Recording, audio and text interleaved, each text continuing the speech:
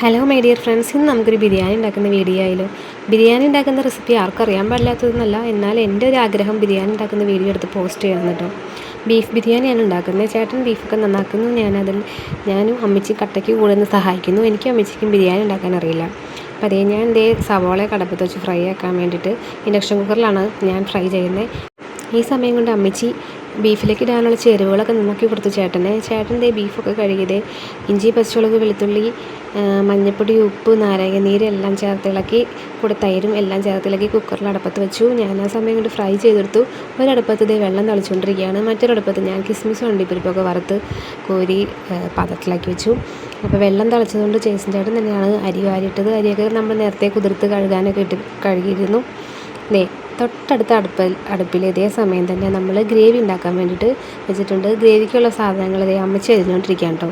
ഇതേ സമയം അപ്പച്ചനെ കൊണ്ടൊരു പൈനാപ്പിൾ ഞങ്ങൾ എത്തിച്ചു. പൈനാപ്പിൾ ഞങ്ങൾ ഓരോ കഷ്ണം കുറച്ച് കടിച്ച് തിന്നു. ബാക്കി ഇച്ചിരി ചോറിലും കൂടി ഇടാനും ഡെക്കറേറ്റ് ചെയ്യാനും വേണ്ടിയിട്ട് കുറച്ച് മാറ്റി വെച്ചു.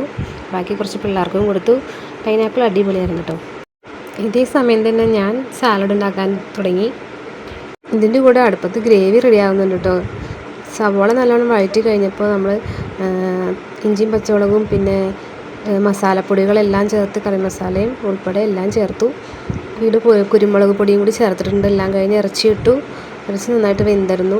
എല്ലാം ഇട്ട് മിക്സ് ചെയ്ത് തിളപ്പിച്ചു കേട്ടോ. അതിനിടയിൽ ചോറൊക്കെ ഡെക്കറേറ്റ് ചെയ്തു. നമ്മളെല്ലാം ഇനി അടുത്തത് ദം ചെയ്യാൻ വേണ്ടിയിട്ട് പോവാണ്. ഗ്രേവി നല്ല അടിപൊളിയായിരുന്നു കേട്ടോ. നമ്മൾ സാധാരണ ചെയ്യുന്ന ഗ്രേവി തന്നെയാണ്, അതുകൊണ്ടാണ് ഞാൻ ഡീറ്റെയിൽ ആയിട്ടൊന്നും പറയാത്തത്.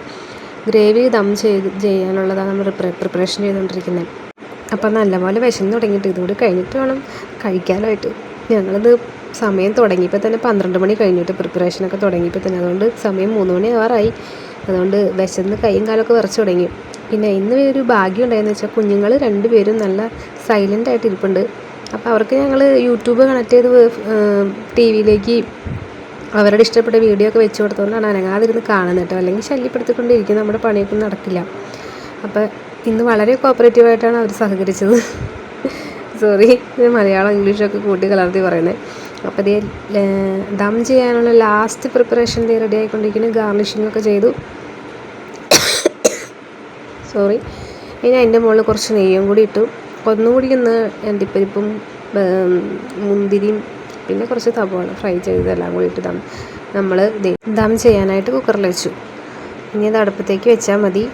അപ്പോൾ ചേട്ടൻ ചെയ്തെന്താണെന്ന് വെച്ചാൽ ഒരു നോൺ സ്റ്റിക്ക് പാനിൽ വെച്ചിട്ട് അതിൻ്റെ മുകളിലായിട്ടാണ് കുക്കർ വെച്ചത് കേട്ടോ. ആദ്യം വെച്ചപ്പോൾ ഡയറക്റ്റ് വെച്ചു. അത് കഴിഞ്ഞപ്പോൾ പിന്നെ പാനിലേക്ക് മാറ്റിയിട്ട് അങ്ങനെ വെച്ചപ്പോൾ നമുക്ക് അധികം ചൂട് അതിലേക്ക് കിട്ടില്ല, കരിയാനുള്ള സാധ്യതയൊന്നുമില്ല. ഇതിൻ്റെ ഇടയിൽ ഞാനൊരു പൈനാപ്പിൾ ജ്യൂസ് ഉണ്ടാക്കി. അങ്ങനെ ടേസ്റ്റിയായ ഭക്ഷണം ഞങ്ങളെല്ലാവരും കഴിച്ചു. ലാസ്റ്റ് കഴിക്കുന്ന ആൾ ഞാനാണ് കേട്ടോ. അപ്പോൾ ഇത്രയേ ഉള്ളൂ. ഇഷ്ടപ്പെട്ടെങ്കിൽ എല്ലാവരും സപ്പോർട്ട് ചെയ്യണേ.